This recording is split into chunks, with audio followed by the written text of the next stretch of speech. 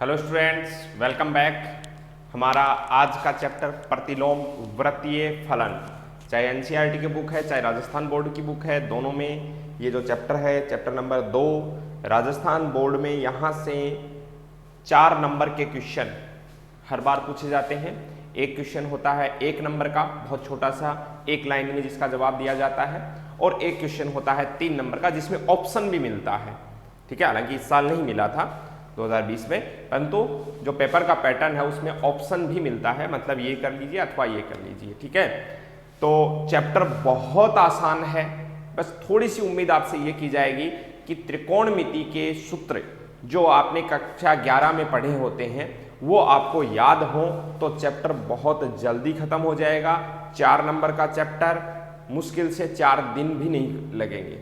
ठीक है, 4 लेक्चर भी नहीं बनेंगे, चैप्टर आसानी से हो जाएगा। चैप्टर में आप नाम में ही सब कुछ डेफिनेशन वगैरह सब कुछ छुपा हुआ है, मैंने सब कुछ स्क्रीन पे लिख दिया है ताकि आप आसानी से नोट कर सकें और समझ भी सकें साथ साथ। तो देखो, बहुत इजी लैंग्वेज में मैंने लिखा है कि यदि साइन थीटा बराबर अक्स हो तो, जैसे मैं अगर बात करूं कि साइन पाई बाई 6 मतलब 30 डिग्री बराबर 1/2 होता है।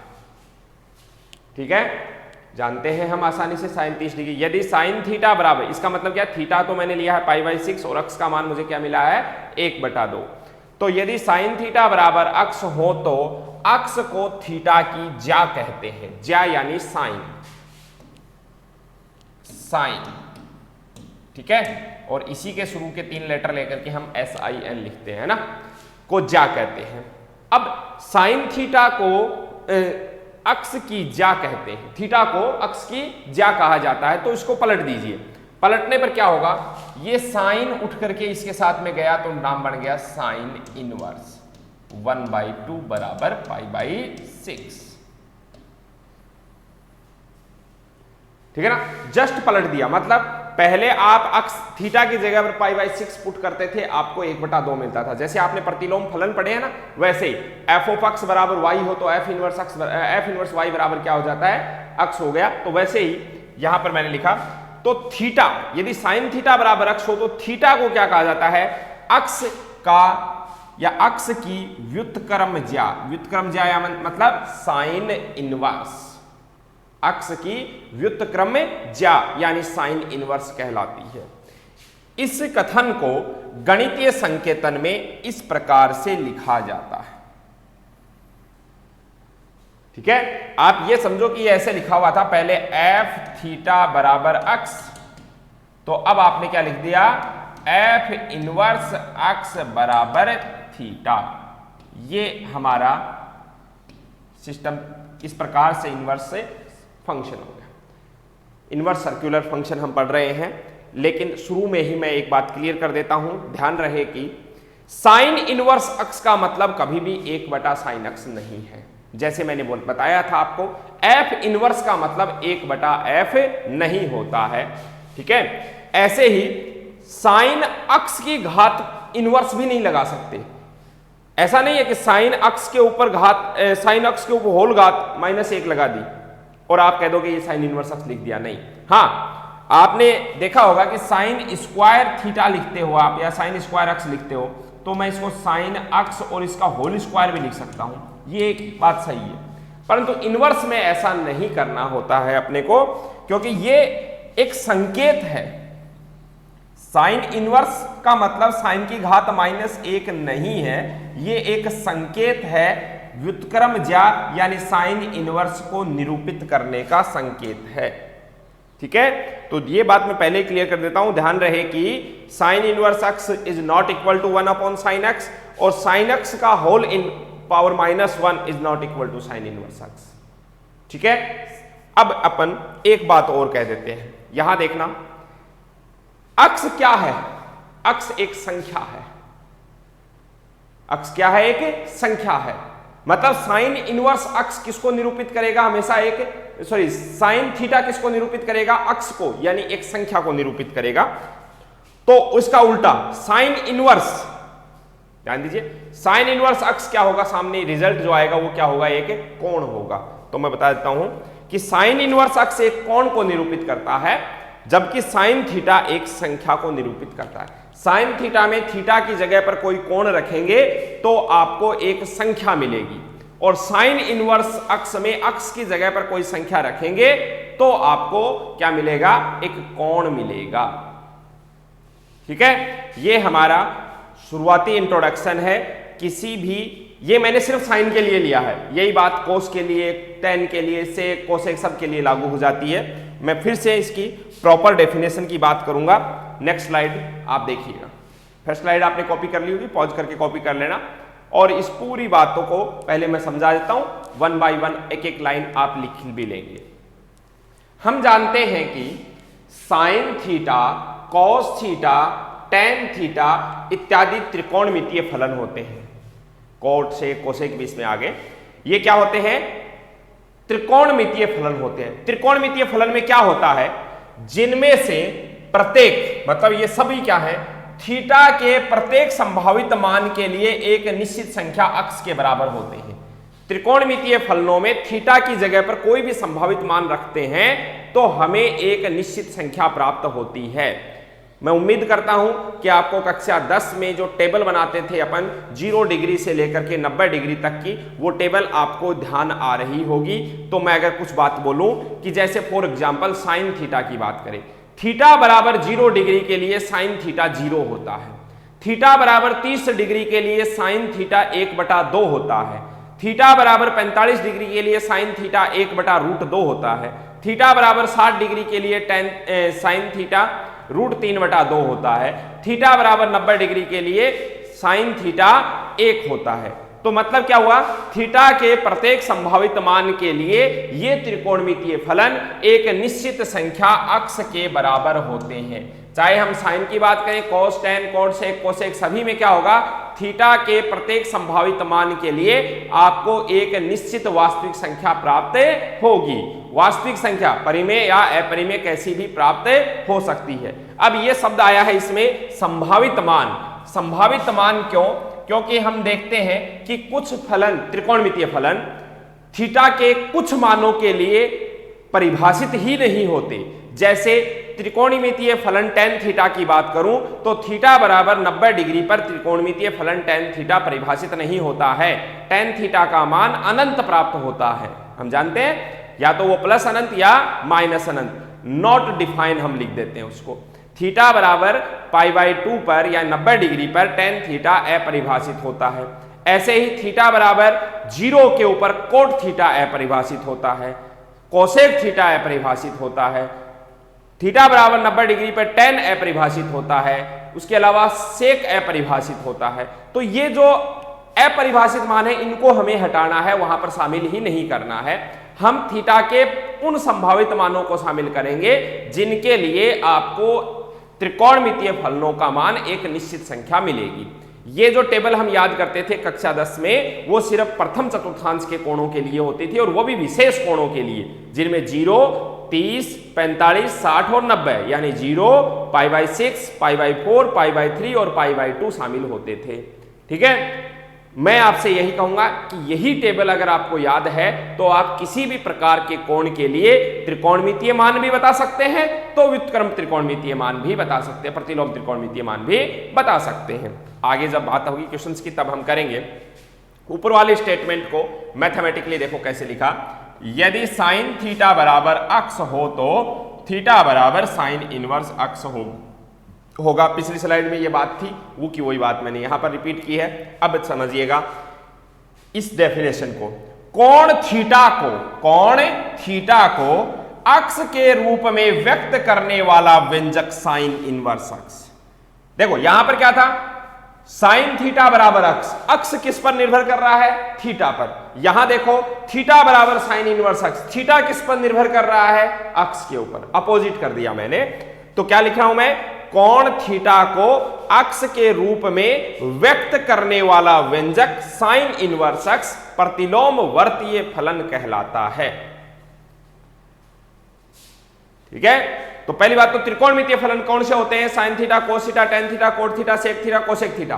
अब थीटा को अक्स के पदों में निरूपित करने वाले फलन सबसे पहले sine inverse x, cos inverse x, tan inverse x, cot inverse x, cosec inverse x, sec inverse x, ये सभी क्या होते हैं?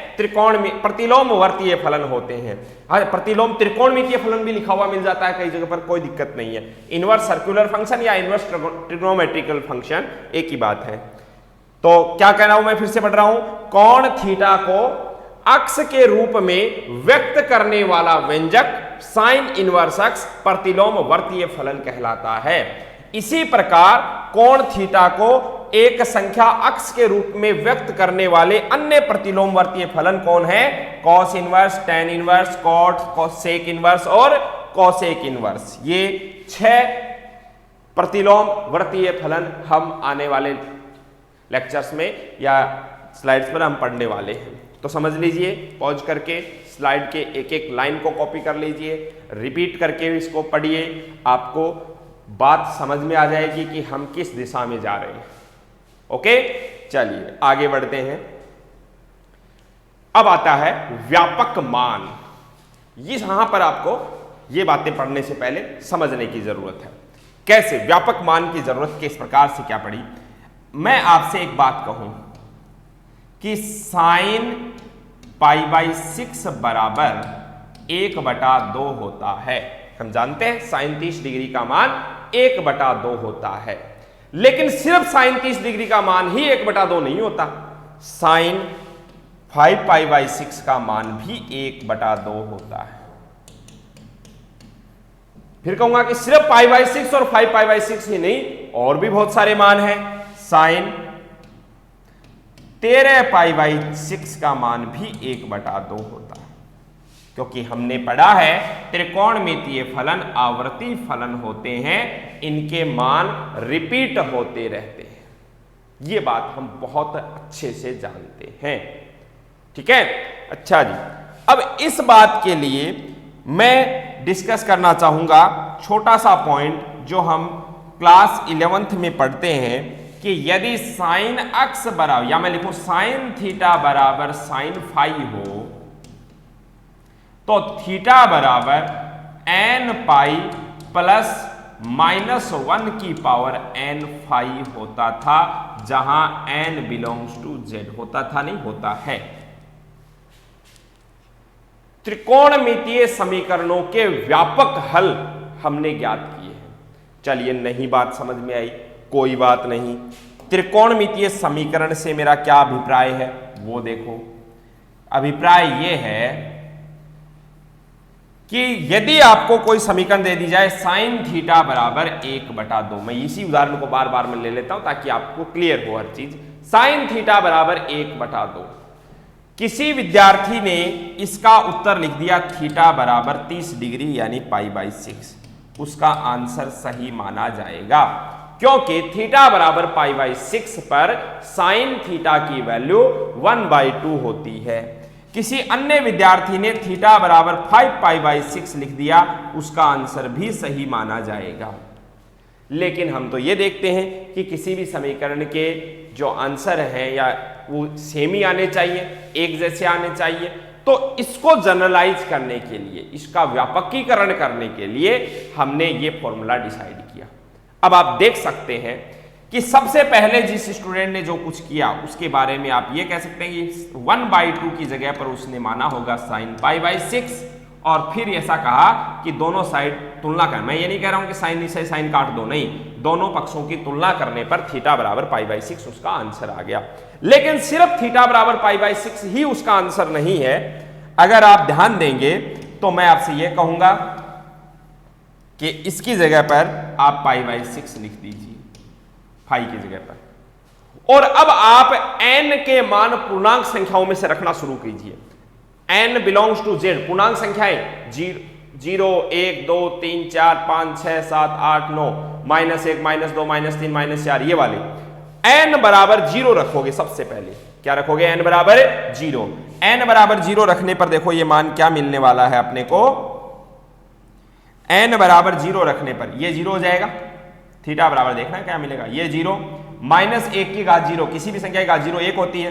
थीटा बराबर π/6 मिल गया, जो मान आपको यहां से पहले सबसे पहले आप लिख रहे थे। n बराबर 1 अगर आप रखते हैं तो देखो थीटा बराबर क्या मिलेगा, n बराबर 1 रखते हैं तो 1 गुणा पाई यानी पाई, फिर -1 की घात 1 तो माइनस होगा।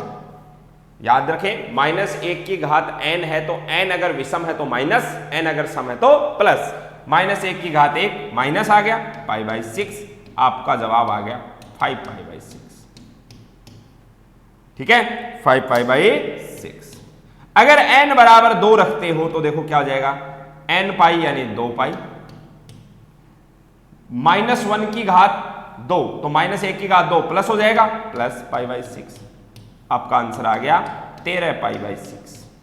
आप देख पा रहे होंगे कि ये जो आंसर मिला है ये आपको प्रथम चतुर्थांश में से मिला है, और ये जो आंसर मिला है वो द्वितीय चतुर्थांश में से मिला है। कैसे देखो, 180 minus theta, pi minus theta कौन से चतुर्थांश का कोण होता है, द्वितीय चतुर्थांश का। ऐसे ही 2 पाई प्लस 360 प्लस, सोच के देखिए, याद आ रहा होगा कि यहां 0 डिग्री, यहां पर π/2, यहां पाई, यहां 3π/2 और यहां पर 2 पाई। 2 पाई प्लस करने का मतलब आप कौन से चतुर्थांश में चले गए, पहले में। ये पहले चतुर्थांश का मान है, ध्यान शुरू में दीजिए। साइन थीटा बराबर 1/2, साइन थीटा के बराबर में धनात्मक संख्या दे रखी है, और हम जानते हैं साइन के धनात्मक मान या तो पहले चतुर्थांश में आते हैं या दूसरे में आते हैं। तो राउंड टू राउंड कोण बढ़ता जाएगा, उसी के अनुरूप आपको मान मिलते जाएंगे। ध्यान दीजिए, सबसे पहला मान आपको पहले चतुर्थांश में से मिला π/6, दूसरा आपको मिला द्वितीय चतुर्थांश में से। द्वितीय चतुर्थांश का जो कोण होता है वो होता है पाई माइनस थीटा, तो पाई माइनस π/6 यानी 5π/6 मिल गया। फिर मिला आपको वापस प्रथम चतुर्थांश में दूसरे राउंड में, दूसरे राउंड में मतलब एक राउंड पूरा कर लिया 2 पाई, फिर 2 पाई प्लस π/6 मिल गया। अब अगला मान आपको क्या मिलने वाला है, आपको पता है दूसरे राउंड में यहां पर 3 पाई आएगा, 3 पाई माइनस π/6 मिलने वाला है। चेक करके देखो n बराबर 3 रख करके, ध्यान दीजिए n बराबर 3 रखो तो ये हो गया 3 पाई और -1 की पावर 3 माइनस π/6, 3 पाई माइनस π/6। ठीक है, 18 में से एक 17 π/6 मिल जाएगा अगला मान। तो ये थीटा के वो सभी संभावित मान हैं जहां साइन थीटा 1/2 होता है। ध्यान दें, ये फलन जो है वो एकेकी नहीं है। साइन थीटा बराबर थीटा के भिन्न भिन्न मानों के लिए 1/2 आ रहा है, तो फिर आपका सवाल दिमाग में ये चलना चाहिए कि फिर इनके इनवर्स फंक्शन कैसे डिफाइन किए गए, क्योंकि किसी भी फलन का प्रतिलोम फलन विद्यमान तभी होता है जब वो एकेकी आच्छादक हो। इसी के लिए हम अगली स्लाइड पर जाएंगे। हम क्या करेंगे, इसके जनरलाइजेशन नहीं करेंगे, हम उसको एक निश्चित अंतराल में बाउंड कर देंगे। ठीक है, और बाउंड करने के से जो मान मिलेंगे उन्हें हम मुख्य मान कहेंगे। मुख्य मानों की स्थिति में त्रिकोण प्रतिलोम वर्तीय फलन परिभाषित होते हैं, लेकिन हमें व्यापक मानों की बातें भी पता होनी चाहिए। ठीक है, अब ये जो कहानी है इसको मैं देखो लैंग्वेज में कैसे लिख रहा हूं। हम जानते हैं कि साइन थीटा बराबर ये होता है, क्योंकि मैंने क्या कह दिया, थीटा बराबर n पाई प्लस -1 की पावर n, और यहां पर जो शुरू में मान दिया था आपने थीटा वो लिख दिया। ठीक है, तो साइन थीटा बराबर साइन n पाई प्लस -1 की पावर n थीटा होता है। ठीक है, थीटा यानी यहां पर सबसे पहला थीटा क्या था, π/6, वो आ गया। अब देखो, अगर आप ये बात समझ पाते हैं तो देखिए ध्यान से, यदि साइन इनवर्स x बराबर थीटा हो तो इसका व्यापक मान किसे कहा जाएगा, सुनिएगा ध्यान से, इसका व्यापक मान किसे कहा जाएगा, इसी फॉर्मूले पे आ जाओ, n पाई प्लस -1 की पावर n, और थीटा जो शुरू में था, थीटा क्या है, साइन इनवर्स x, ये लिख दिया। ये क्या आ गया, इसका व्यापक मान आ गया, ये इसका व्यापक मान। ठीक है, अच्छा, व्यापक मान को लिखने के लिए देखो एक सिंबल, नया सिंबल बना है ये, इसमें s जो है वो कैपिटल में लिखा गया है। व्यापक मान को निरूपित करते समय साइन में s को कैपिटल में लिख दिया जाता है, कॉस में c को कैपिटल में, और टेन में t को कैपिटल में। ठीक है, कैपिटल लेटर में लिखा गया। तो अब आप क्लियर कर सकते हैं हर बात कि साइन इनवर्स x बराबर n पाई प्लस -1 की पावर साइन इनवर्स x। ये तो किसका व्यापक मान हो गया, साइन इनवर्स x का। कॉस का याद आ रहा होगा, कॉस थीटा बराबर कॉस फाई हो तो अपनी जो बुक थी शायद उसमें x और y दिए हुए थे, तो थीटा बराबर आप क्या लिखते हो, 2n पाई प्लस माइनस जो भी आपका थीटा है या फाई है। सोच के देखो, 2n पाई। देखो cos के जो मान होते हैं वो कैसे बदलते हैं, देखो पहले चतुर्थांश में धनात्मक होता है, फिर जाके चौथे में धनात्मक होता है। मेरी बात समझिएगा ध्यान से, पहले में धनात्मक होता है, फिर चौथे में धनात्मक होता है। पहला जो होता है वो 2 पाई प्लस से प्राप्त होता है और दूसरा होता है वो 2 पाई, चौथा होता है वो 2 पाई माइनस से प्राप्त। यहां 2 पाई होता है, इसके ऊपर 2 पाई प्लस और 2 नीचे 2 पाई माइनस। तो देख पा रहे हैं आप यहां पर, ठीक है। तो प्रथम और चतुर्थांश ऋणात्मक, ऐसे ऋणात्मक मानों के लिए ये जो फाई होगा वो अधिक कोण होगा, तो 2 पाई प्लस आएंगे तो चौथे दूसरे चतुर्थांश में चले जाएंगे और 2 पाई माइनस जाएंगे तो तीसरे चतुर्थांश में चले जाएंगे। तो ये तो याद रखने वाली बातें हैं जो क्लास 11th में याद रखते हैं। तो अब बताओ cos इनवर्स x बराबर क्या हो गया, 2n pi plus minus cos inverse x। tan inverse x बराबर n पाई प्लस, इसमें प्लस माइनस कुछ नहीं आता, n pi plus tan inverse x। क्योंकि tan की खास बात देखना, एक बहुत ही खास बात है tan की। tan में क्या होता है, जो आपका ये चतुर्थांश सिस्टम है ना, 0 पाई पाई बाई 2 और 3 पाई बाई 2। अगर मैं यहां बात करूं ना पाई के, इस साइड में ऋणात्मक मान, इस साइड में धनात्मक मान, पाई के साथ में देखो, इस साइड में गए तो द्वितीय चतुर्थांश में ऋणात्मक, इसमें गए तो तृतीय चतुर्थांश में धनात्मक, इधर आओ ऊपर गए तो धनात्मक, नीचे गए तो ऋणात्मक। तो ये जो पाई के गुणज हैं, अगर पाई के गुणज सम होंगे, सम संख्याएं मतलब 0 पाई 2 पाई 4 पाई 6 पाई, तो एक साइड के धनात्मक एक साइड की ऋणात्मक, ठीक है। सिर्फ आपको ध्यान रखना है कि अगर आपका कोण, अगर रिजल्ट धनात्मक लेना है तो अपने आप ये वाला जो वैल्यू है वो आपको धनात्मक मिलेगी, तो इसके ऊपर जाएंगे धनात्मक, इसके भी आगे जाएंगे धनात्मक। धनात्मक के केस के अंदर चाहे आप 0 पाई या सिर्फ पाई, इनमें कुछ ऐड करेंगे धनात्मक आ जाएगा। और अगर आपका सामने वाला रिजल्ट माइनस में दे रखा है तो tan इनवर्स x ऋणात्मक होगा, तो ऋणात्मक होते ही उसके पीछे गए तो मतलब दूसरे में, इसके पीछे गए तो किसमें, चौथे के अंदर। ये ऐसे क्रॉस में होते हैं। साइन यहां दोनों जगह पर पॉजिटिव होता है, कॉस यहां दोनों जगह पर पॉजिटिव होता है, जबकि tan ऐसे पॉजिटिव होता है, ठीक है। तो इसके लिए आपको n pi plus tan inverse x formula है, डेरिवेशन वगैरह की है पहले, अगर नहीं की है तो भी आप याद रख लें, ये चीजें तो 11th क्लास का मैटर होता है। ओके, ये बस ध्यान रखना है कि जो मुख्य मान होते, व्यापक मान होते हैं, उनको जो फर्स्ट लेटर है वो कैपिटल में लिखा जाता है। ओके, छापे फटाफट इस स्लाइड को। उसके बाद में हम आते हैं मुख्य मानों पर। ओके, चलिए जी, मुख्य मान।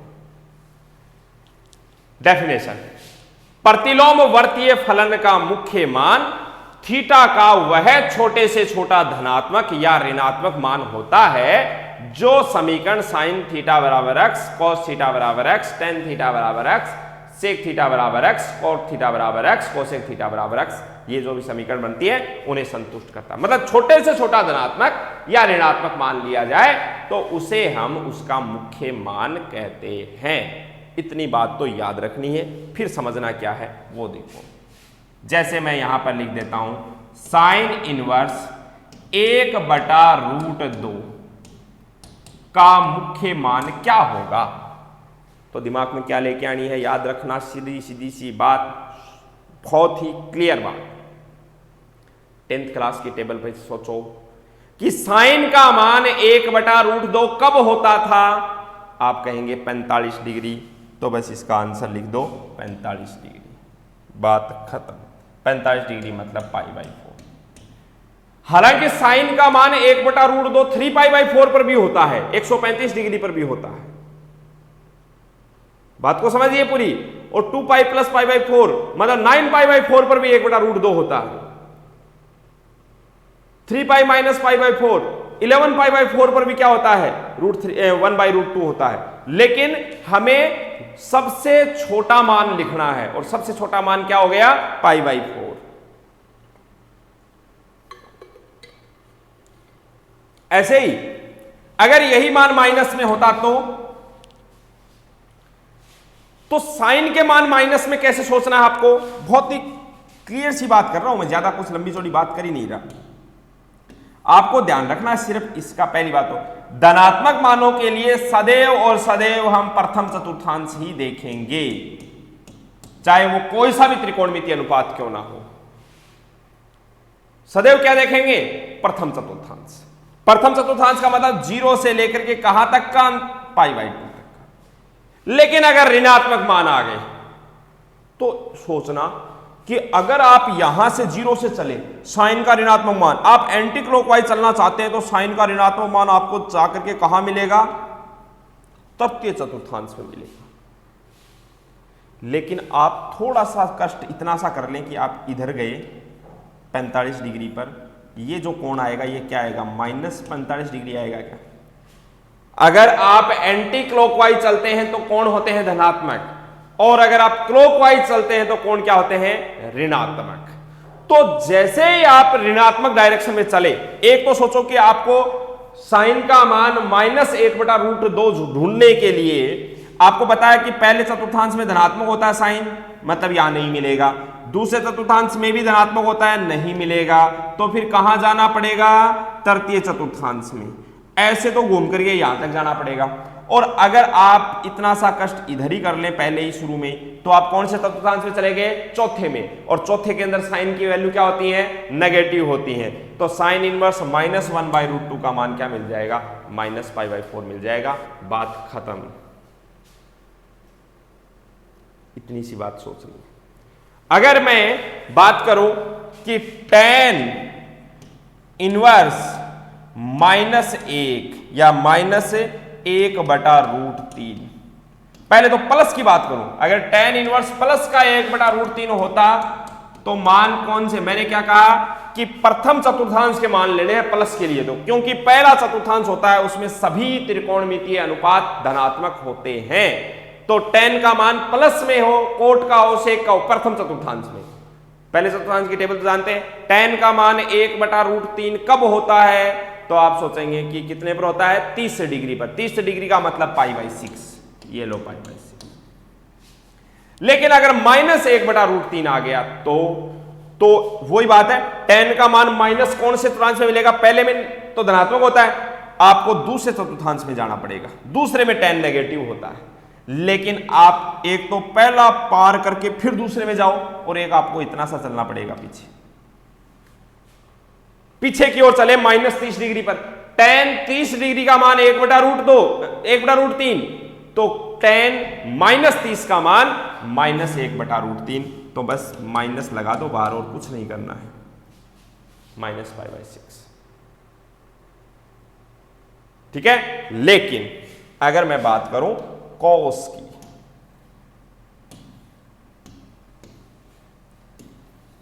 बात की जाए cos की जाए, तो आपसे पूछा जाए कि cos इनवर्स 1/2, और एक पूछा जाए आपसे cos इनवर्स -1/2।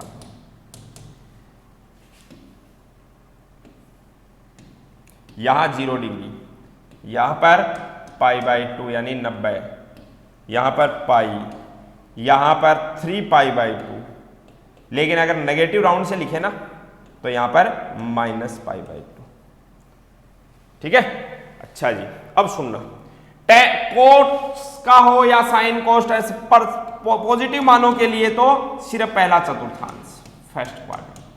अब मैं आपसे पूछूं कि कोस का मान 1/2 कितने डिग्री पर होता है, तो आप तुरंत सोचेंगे कि 60 डिग्री पर कोस का मान 1/2 होता है, और 60 डिग्री का मतलब π/3।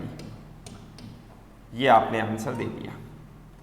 लेकिन अगर -1/2 की बात करनी हो तो फिर आपके दिमाग में जो मैंने अभी साइन इनवर्स और tan इनवर्स वाला बताया वो आएगी बात दिमाग में, कि यहां से अगर कोस का मान माइनस में देखना है तो आपको यहां जाना पड़ेगा। कौन से चतुर्थांश, क्यों, क्योंकि पहले में तो धनात्मक होते हैं। कौन से चतुर्थांश में जाना पड़ेगा, दूसरे में। और अगर इधर भी चले आप तो भी आपको यहां तीसरे में जाना पड़ेगा। क्यों, क्योंकि चौथे में भी कोस क्या होता है, धनात्मक होता है। यहां भी कोस धनात्मक होता है, यहां भी कोस धनात्मक होता है, लेकिन हमें चाहिए माइनस वाले मान के लिए। तो अब आपको इन दोनों में से एक को डिसाइड करना है कि ये वाला लें या ये वाला। तो आपको हमेशा सजेस्ट किया जाएगा कि आप ये वाला लें, ये नहीं।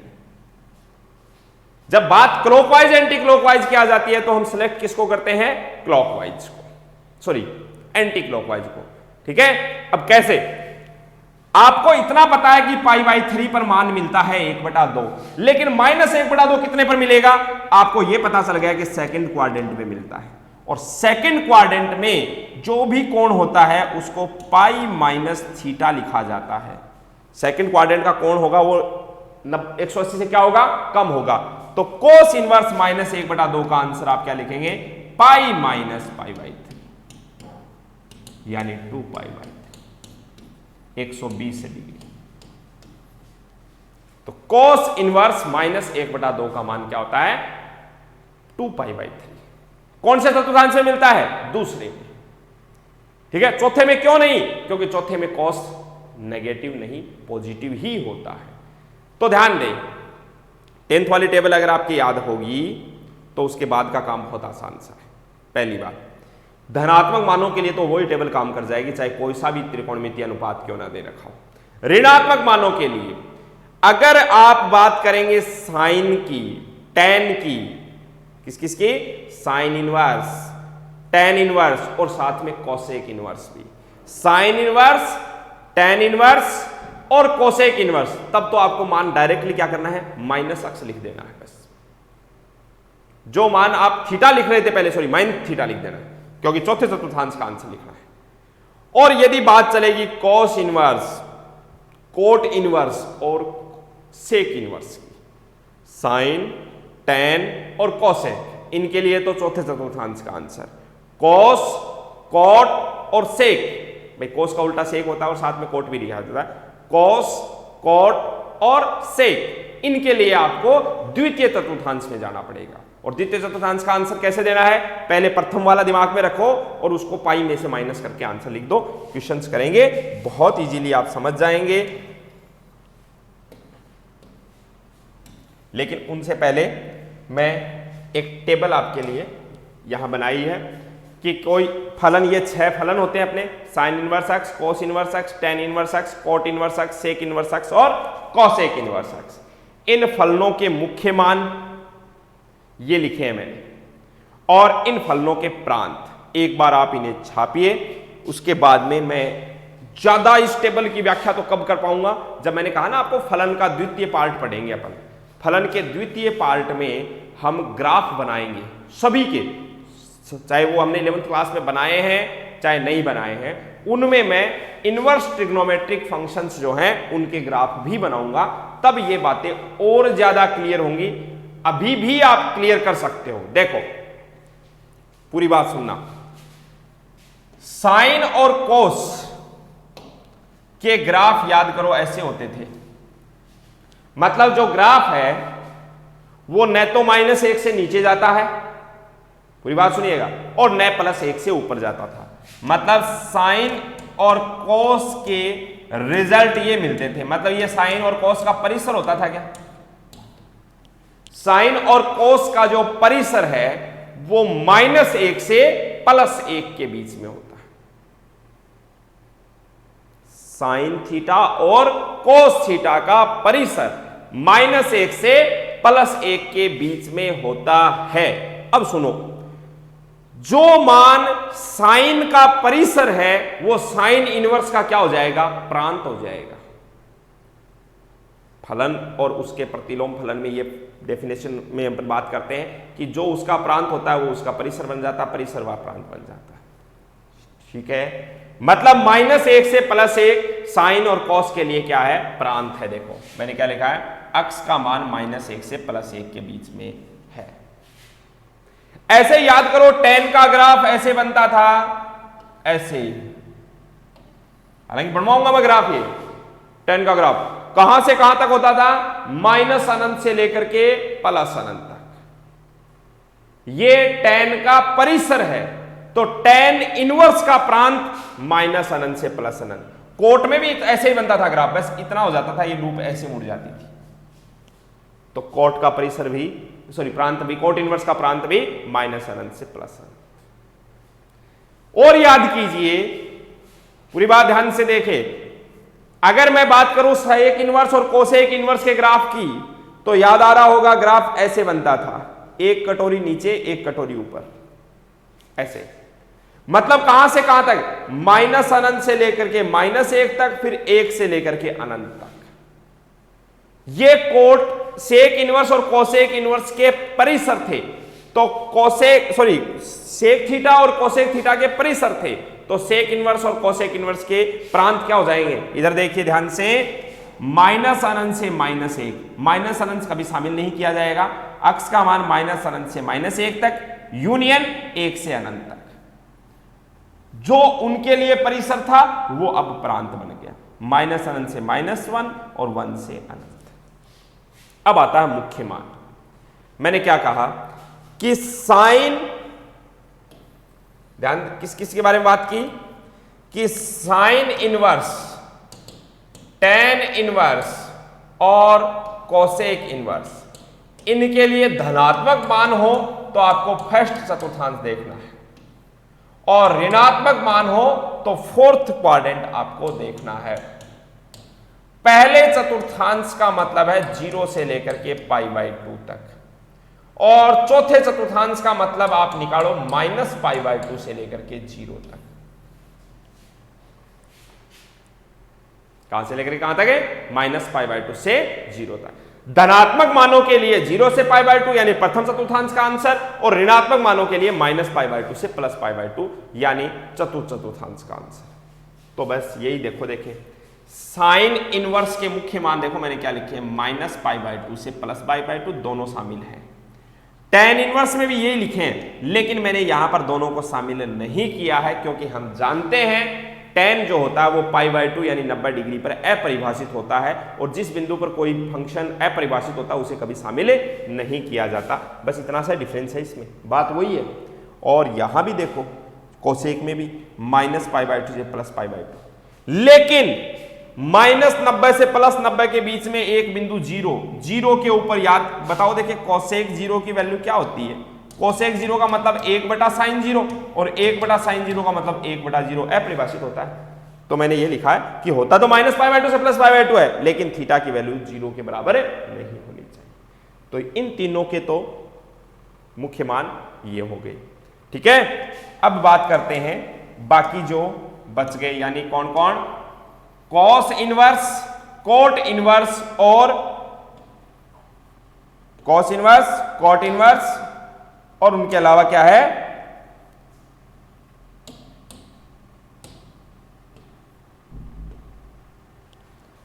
देखो अब कोस,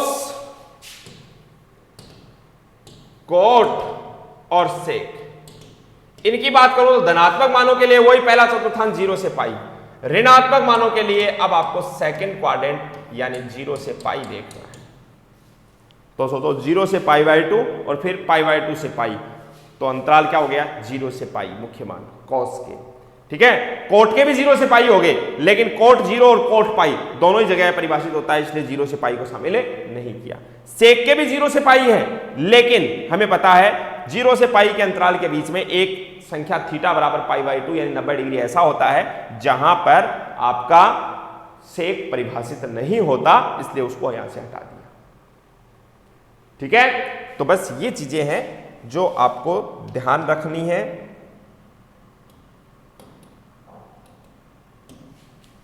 अब मैं एक काम कर रहा हूं, ये जो है ना लिखे हुए हैं थीटा वाले अंतराल, थीटा वाले अंतराल को मैं ऐसे लिख सकता हूं, थीटा बिलोंग्स टू -π/2 से +π/2, ज्यादातर ऐसे लिखा हुआ मिलता है। यहां पर थीटा बराबर क्या है? 0, थीटा बिलोंग्स टू 0 से π, यहां पर थीटा क्या है? थीटा बिलोंग्स टू छोटा ब्रैकेट दोनों साइड -π/2 से +π/2, यहां थीटा क्या है? 0 से π, यहां थीटा क्या है? थीटा बिलोंग्स टू 0 से π है, लेकिन उसमें से कौन नहीं है? π/2 नहीं है। यहां पर थीटा -π/2 से +π/2 है, परंतु उसमें से कौन नहीं है? 0 नहीं है। ठीक है, अच्छा जी, फिर अक्स के लिए लिख देता हूं। अगर यहां से बात की जाए तो अक्स बिलोंग्स टू दोनों जगह पर,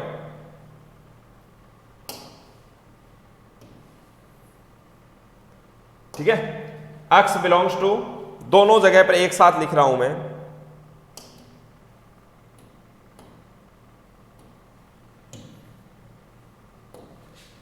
अक्स बिलोंग्स टू -1 से +1, ये लिखा हुआ मिल सकता है, ये लिखा हुआ मिल सकता है। अब सुनिएगा, इसके लिए कभी कभी आपको ऐसा लिखा हुआ भी मिल सकता है, mod ऑफ x < > 1। बात समझो, mod ऑफ x का मान 1 से छोटा कब होगा? जब x का मान -1 से +1 के बीच में होगा।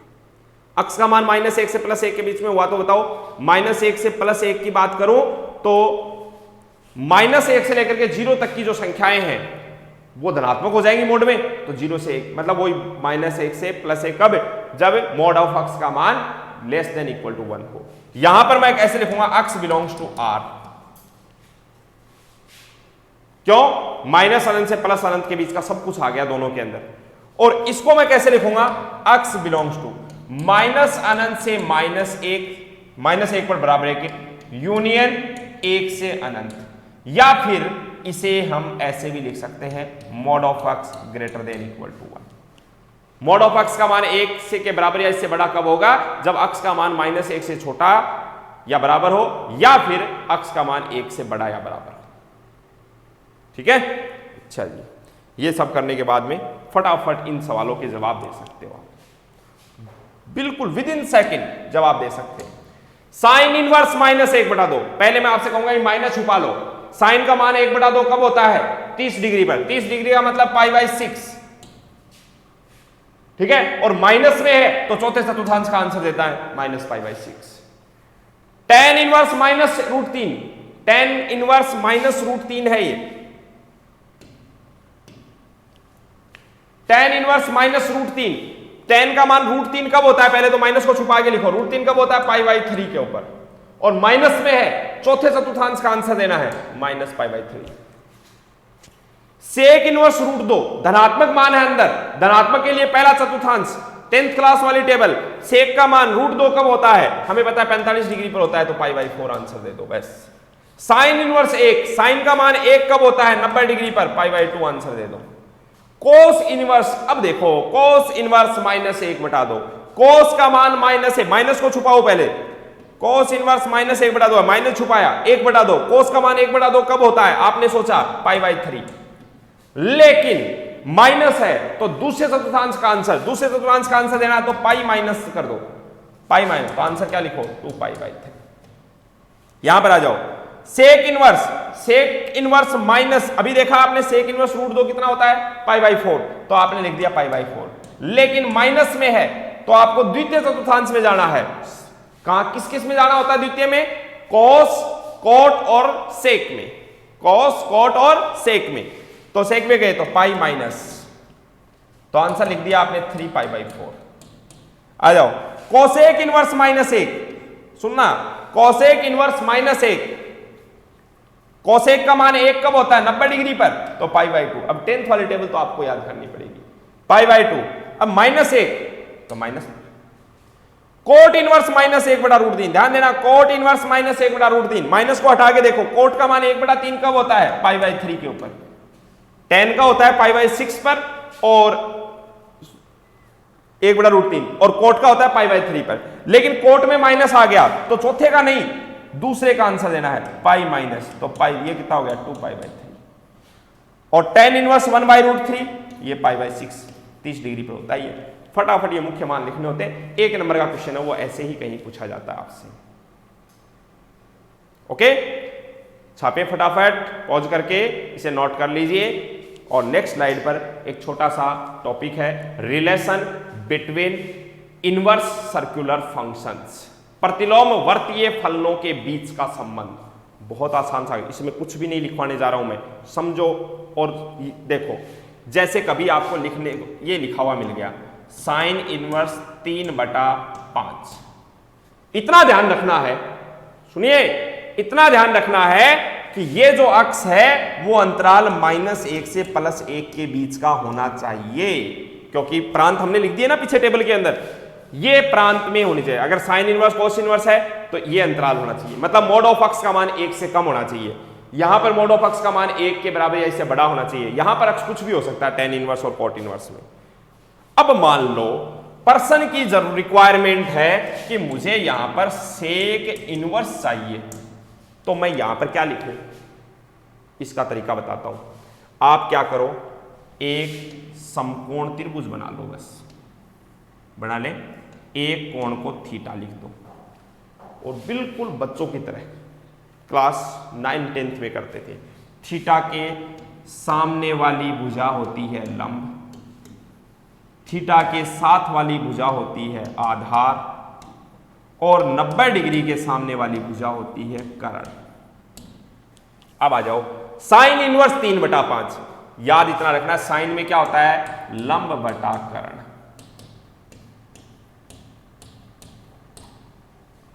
ठीक है, इसका मतलब लंब बराबर 3 और कर्ण बराबर 5, पाइथागोरस प्रमेय लगाई, आधार बराबर आ गया 4।